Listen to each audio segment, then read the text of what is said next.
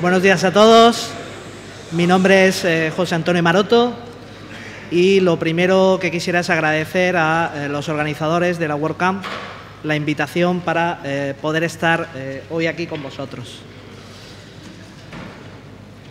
Como imagino que alguno estará pensando que una charla sobre aspectos legales a estas horas de la mañana puede ser tan entretenido como una visita al proctólogo, he decidido que solamente os voy a aburrir con 3 cositas. Mi intención es contaros 3 cosas muy breves y con conceptos lo más claros posible. La primera, obviamente, quiénes somos, es decir, presentarnos.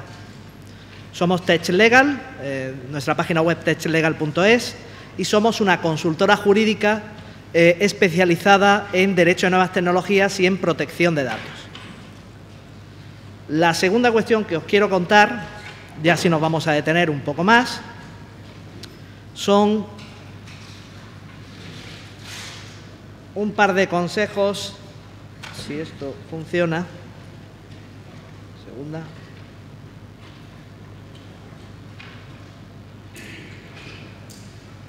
Vale. No se ve la presentación, pero bueno. Un par de consejos legales para evitar que vuestro WordPress acabe así. ¿Vale?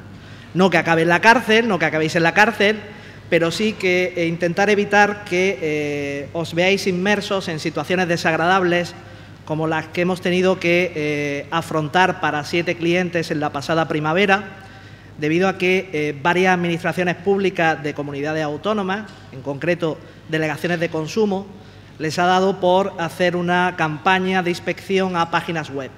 En concreto, páginas web con comercio electrónico, y si hablamos, por ejemplo, de la campaña que emprendió la Junta de Andalucía en los 2 últimos años, este año le ha tocado al sector de las librerías online y el año anterior les tocó a agencias de viajes online. El resultado de cada expediente sancionador, pues para que os hagáis una idea, la media oscila entre 4 y 7.000 euros por sanción, por expediente sancionador, y por cosas tan gravísimas como no indicar en qué idioma se va a celebrar el contrato en la página web. Es decir, una página web que tiene su aviso legal, que tiene incluso sus condiciones de contratación, una página web que está en español, que está regentada por una empresa española y que, bueno, pues estos señores dicen que como no, la ley exige que se indique expresamente el idioma en el que se va a celebrar el contrato electrónico y el aviso legal en las condiciones de contratación no se especificaba, pues eso era merecedor de una sanción, en este caso de 4.000 euros. Como vemos, situaciones bastante disparatadas. Bueno, pues para evitar vernos implicados en ese tipo de situaciones, lo primero y lo fundamental es tener unos buenos avisos legales, unos buenos textos legales. ¿Y qué vamos a entender por textos legales? Desde luego, lo que no vamos a aceptar como texto legal, perdonad, pero es que no se ve bien, ¿vale? No, hay diapositivas que no sé por qué no pasan bien, o intento contarlas. Lo que no vamos a entender por texto legal decente es la típica práctica muy común de justo el día antes en la que voy a publicar mi página web, como me doy cuenta que no he caído absolutamente en nada de este rollo, me voy a quien me puede sacar del apuro, que es San Google, busco una página web de mi competencia o de alguien que se le parezca, entro en el apartado aviso legal, política de privacidad y aplico la vieja técnica del copy-paste. Eso no es admisible como un buen texto legal. Para que os hagáis una idea, tenemos las mismas probabilidades haciendo eso, de salir indemnes de una situación como la que os contaba antes, pues que las mismas probabilidades que, por ejemplo, si nos dedicamos a copiar la declaración de la renta a nuestro compañero de trabajo. Una cosa viene a ser algo así, ¿vale? Por lo tanto, yo os aconsejo que nunca hagáis ese tipo de prácticas y que estas cosas, bueno, pues siempre las toméis en serio. Cuando hablamos de textos legales, hay muchos mitos, muchas leyendas urbanas sobre qué incluyen los textos legales de una página web, ¿vale? Hay 3 elementos que nosotros identificamos como básicos en referencia a los textos legales. El primero es el aviso legal. Vamos a intentar ver si este me pasa. Insisto, las presentaciones están totalmente descolocadas, con lo cual Perdonad la imagen. Pero bueno, el primero es el aviso legal y el aviso legal es algo que sí tiene que tener toda página web. Es solamente aquellas páginas que estén destinadas a una finalidad privada, estrictamente privada, y que el titular de la web no obtenga ningún tipo de beneficio directo ni indirecto, eso sería el único caso en el que no estaría afectado por el aviso legal. En caso contrario, toda página web tiene que tener un aviso legal. Eso es impuesto por la LSSE, ¿vale? ¿En qué consiste el aviso legal? Pues básicamente nosotros incluimos dos tipos de contenido. Uno, la parte que es obligatoria, que es la que obliga esta normativa, que son los datos identificativos del titular, pues nombre, dirección, teléfono, el NIF, el CIF, la dirección de correo electrónico de contacto, etcétera, ¿vale? Una identificación de quién es la persona física o jurídica, empresa o particular, que está detrás de esa página web. Aquí suele haber polémica cuando, por ejemplo, estamos redactando los textos legales para un cliente que es particular y le solicitamos que nos tiene que facilitar el número de DNI para incluirlo en el aviso legal. Comprendo que alguien que es una persona física y que está publicando su propio blog, en donde únicamente va a tener un banner para costearse los gastos de hosting, pedirle que se identifique con su DNI en Internet como están las cosas, pues no es plato de buen gusto para nadie. Pero, desgraciadamente, la ley obliga y, por lo tanto, ese punto hay que cumplirlo. El segundo elemento que solemos incluir en las condiciones, en el aviso legal son las condiciones de uso. Es decir, aquellos elementos, aquellos puntos que nosotros queremos comunicar al visitante de nuestra página web y la regulación que nosotros hacemos sobre nuestros propios contenidos. Por ejemplo, ¿qué uso queremos permitir a nuestros visitantes sobre las fotografías? Si las hemos comprado, si son nuestras, si queremos permitir o los textos, que la gente pueda copiar el texto y pueda reproducirlo en otra página web, siempre que cite la fuente, o directamente no autorizamos la copia bajo ningún concepto de esos contenidos. Eso es algo que debemos incluir en un buen aviso legal para que tenga un empaque y una protección suficiente en nuestra página web. El siguiente elemento de un buen texto legal, una página web, es la política de privacidad. Esto ya es un peldaño más, es decir, esto no es obligatorio. No es obligatorio para un determinado grupo de páginas web. Antes decíamos que el aviso legal es obligatorio para todos los que realizan una actividad económica directa e indirecta, es decir, que obtienen algún tipo de beneficio con esa página web, y la política de privacidad va a ser obligatoria exclusivamente para las páginas web que recogen datos de carácter personal. Es decir, si nos limitamos a una mera página, un mero blog en el que contamos nuestras anécdotas, vivencias, o hablamos de nuestra empresa o de nuestro negocio o de técnicas y aficiones, aunque tengamos un banner, no nos va a afectar la política de privacidad, no es exigible, salvo, insisto, salvo que recojamos datos de carácter personal, nombre, apellidos, dirección de email, etcétera. Ojo con la dirección de email y con los comentarios en WordPress, porque suele pasar desapercibido. A veces no metemos un formulario de contacto, no hay aparentemente un mecanismo para recoger datos de carácter personal, pero sin embargo tenemos habilitados los comentarios, como es lógico, en nuestro blog, y a partir de ahí pedimos, para poder hacer el comentario, que la persona deje su dirección de correo electrónico. Bueno, pues en ese momento ya sí nos aplicaría la Ley de Protección de Datos, y entre las cuestiones que exige esta normativa, una de ellas es que informemos en el momento de la recogida de una serie de cuestiones que nos pide la ley. Básicamente se trata de informar del uso de los datos, es decir, de la finalidad, qué finalidad vamos a darle a esa información que estamos recogiendo, y del mecanismo de ejercicio de los derechos que se denominan ARCO: derecho de acceso, rectificación, cancelación, oposición. Por último, el último elemento de un texto legal serían las condiciones de venta. Y obviamente esto estaría únicamente obligado a aquella página web que realice comercio electrónico, es decir, que ofrezca sus productos y servicios a través de la web y que todo el proceso se realice a través de la web. ¿Qué nos pide la normativa sobre estas condiciones legales? Pues básicamente que informemos, que hagamos una especie de contrato electrónico, que informemos de cuál va a ser el proceso de compra, de contratación, que detallemos los precios. Es importante dejar claro si incluyen o no incluyen los impuestos, es decir, eso hay que especificarlo, hay que especificar los gastos de envío, hay que hablar del derecho de desistimiento, porque ya la normativa de consumidores y usuarios nos obliga a que se mencione al considerarse para este aspecto una venta a distancia, por lo tanto, hay que mencionar el derecho de desistimiento que tiene el cliente durante los 7 días posteriores a recibir un pedido. Sin dar ningún tipo de explicación, puede decir no me gusta y devolverlo.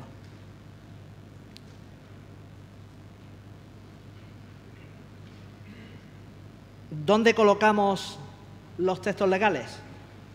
Pues mi consejo, como ya os podéis imaginar, donde lo hace el 90% de la gente, es decir, en el pie de página, ¿vale? Muy sencillo, porque la ley lo que nos está exigiendo es que el enlace a los textos legales esté visible y accesible desde cualquier pantalla de la página web. Por lo tanto, si lo incluimos en el footer, en el pie de página, está visible desde cualquier pantalla de la web y estamos cumpliendo con la ley.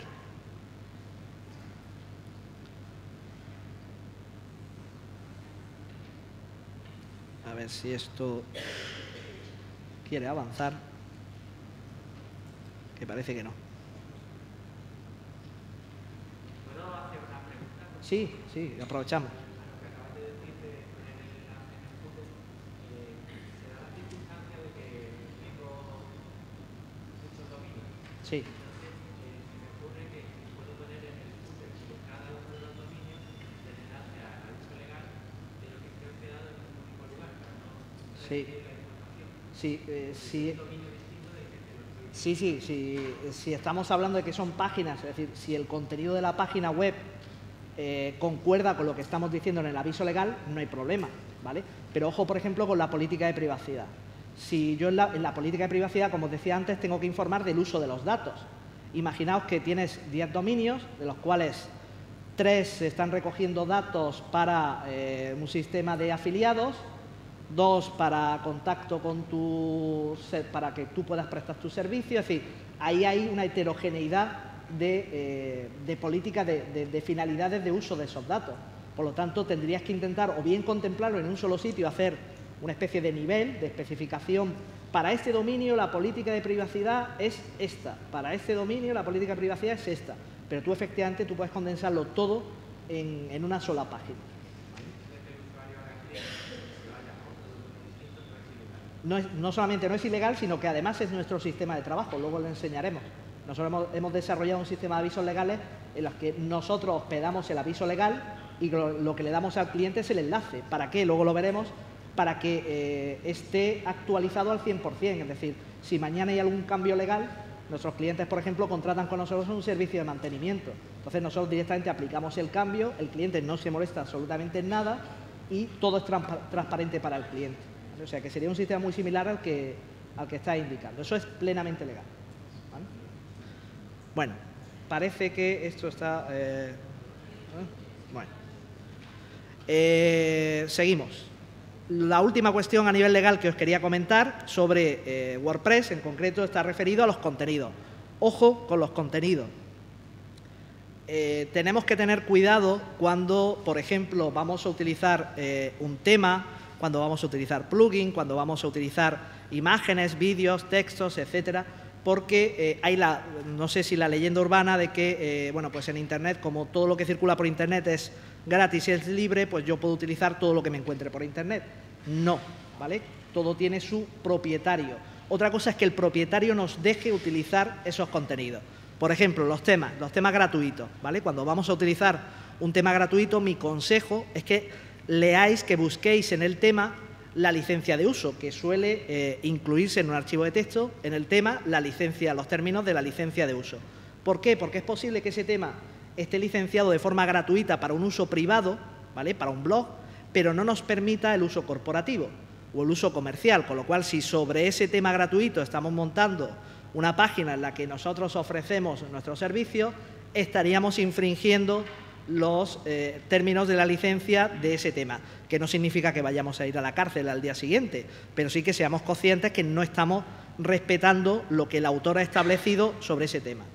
En plugins, con plugins de WordPress lo tenemos bastante más sencillo, porque bueno, todos los que están publicados en el repositorio de WordPress es condición imprescindible establecida por WordPress que se licencien bajo un tipo de licencia, la GNU GPL versión 2, o compatibles con ese tipo de versión, que básicamente es software libre, ¿vale? Por lo tanto, nos da bastante posibilidad, bastante flexibilidad. Además, es un tipo de licencia, os invito a que leáis los términos, no es demasiado aburrido, y veréis que tiene bastante flexibilidad para poder modificar el código, etcétera. Imágenes, vídeos, texto, etcétera. Lo primero que os recomiendo respecto a este tipo de contenido es que miréis la etiqueta, como sale desplazado ahí en la etiqueta de Creative Commons. Es decir, que le miréis la etiqueta al contenido, que entréis en las condiciones de uso de la página web de donde estáis cogiendo ese contenido y que veáis digamos, qué regulación ha establecido el propietario de ese contenido para su uso posterior por terceras personas, si permite el uso comercial, si permite el uso derivado, etcétera, ¿vale? En caso de que no tenga ningún tipo de regulación, pues lo más lógico es correíto al autor pidiéndole permiso para poder reutilizarlo, y con eso sería suficiente. Y una última advertencia respecto al tema de los contenidos, y es cuidado con las estafas. Algo que hemos detectado últimamente es que se están recibiendo se reciben correos, cuando sobre todo, bueno, pues gente que utiliza imágenes, fotografías, vídeos que circulan alegremente por Internet, al cabo de X tiempo de insertarla en su WordPress, acaba recibiendo un correo electrónico de un supuesto despacho de abogados de Francia, de Bélgica, de Luxemburgo, donde le indican que ha infringido los derechos de autor de esa fotografía, que no tiene permiso, y que le adjuntan muy amablemente un número de cuenta donde puede ingresar 2.500, 3.500, 4.000 euros, o que en su defecto lo denunciarán a las autoridades competentes. El 90% de este tipo de comunicaciones son estafas, sobre todo, obviamente, cuando van acompañadas de un número de cuenta. El consejo, si os veis envueltos en una situación de este estilo, pues que lo consultéis con un profesional, y sobre todo, lo primero, evidentemente, si no tenéis la certeza de que ese contenido es legal, es decir, lo había adquirido de forma legal, lo primero es retirarlo, ¿vale?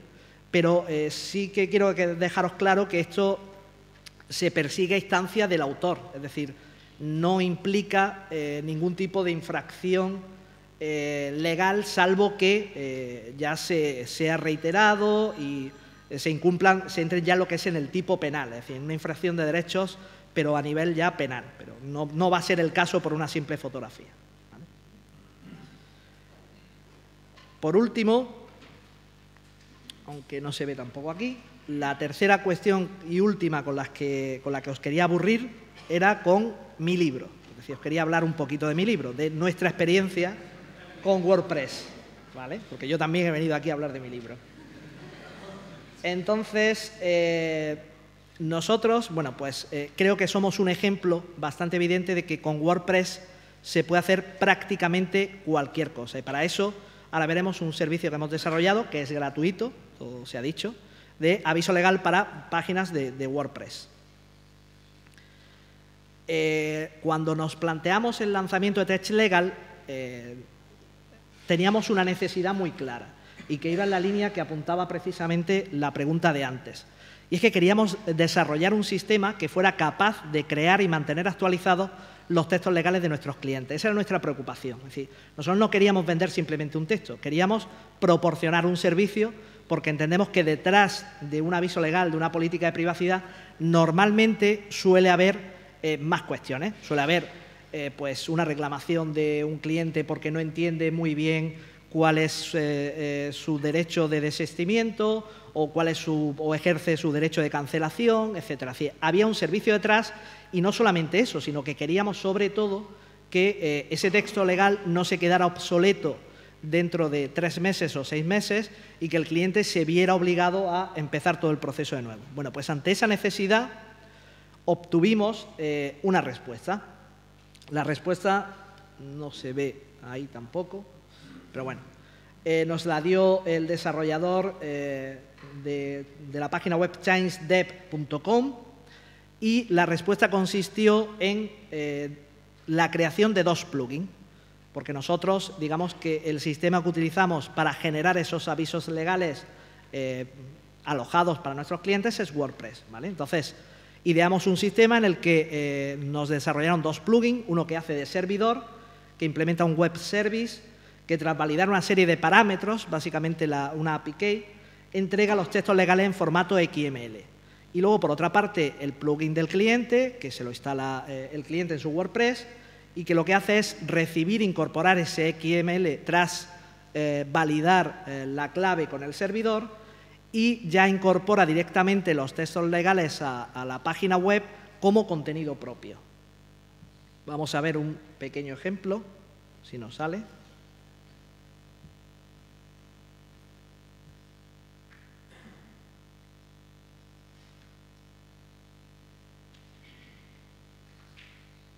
Vale, parece que sí.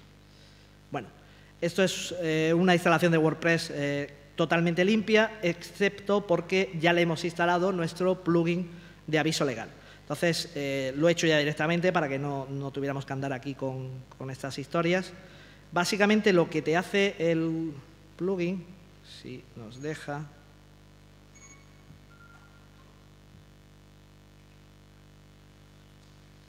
Parece que no.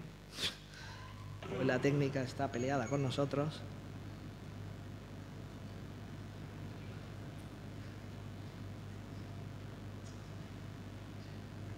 Ahora, bien, por fin.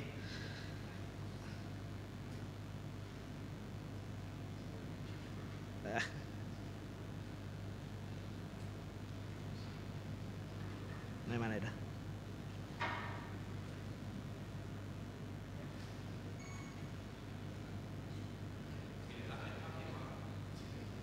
Ahora, gracias.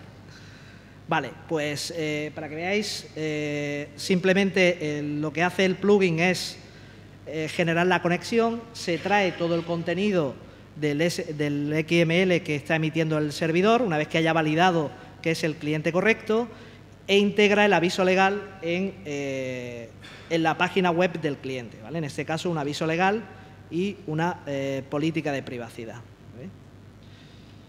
Con lo cual es totalmente transparente para el usuario. Este plugin cada 24 horas se conecta con el servidor, comprueba que no hay cambios en el texto, o si hay cambios, actualiza el contenido y, por lo tanto, es transparente para el cliente y no le genera ningún tipo de molestia ni de problema, ¿vale? Y bueno, pues básicamente esa era la presentación de hoy. Muchas gracias por vuestra atención y, sobre todo, pediros disculpas por los problemas técnicos que me siguen fastidiando hasta el final. Gracias.